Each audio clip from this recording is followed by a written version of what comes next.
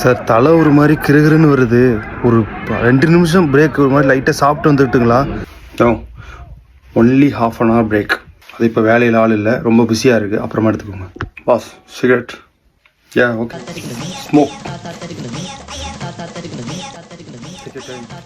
Cigarette குடிச்சிட்டு வந்துடுறேன்.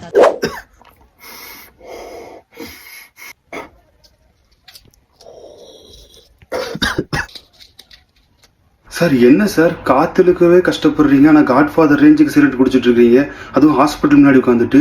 Cigarette குடிச்சு மூச்சோட முடியாதனால அட்மிட் ஆனேன். ஆனால் இப்போ சிகரெட் குடிக்காமல் இருக்க முடியல, அதனால சிகரெட் குடிச்சிட்டு இருக்கேன். மறுபடியும் உள்ளே போய் அட்மிட் ஆகிக்குவேன். உங்ககிட்ட இன்னும் எக்ஸ்ட்ரா சிகரெட் இருக்கா? யூரின் டேங்கே வெடிச்சிருங்கிற மாதிரி இருக்கு. கொஞ்சோண்டு பஸ்ஸை நிறுத்துறீங்களா? ஒரு 10 செகண்ட் கொடுத்தா போதும், அப்படியே போயிட்டு வந்துடுவேன். படக்குன்னு போயிட்டு வந்துடுவேன் ப்ளீஸ். நோ, பஸ்ஸில் டாய்லெட் ஒர்க் ஆகலை sir. Right, going for smoke. Yes. இந்த மீட்டிங் என்ன ஸ்டார்ட் பண்ணலையா? எல்லோரும் வெயிட் பண்ணிருக்கீங்க. அவர் வரக்கு லேட் ஆயிடுச்சா? ஏதாவது எமர்ஜென்சியா ஏதாவது இதாகிடுச்சா? சிகரெட் குடிக்க போயிருக்காரா?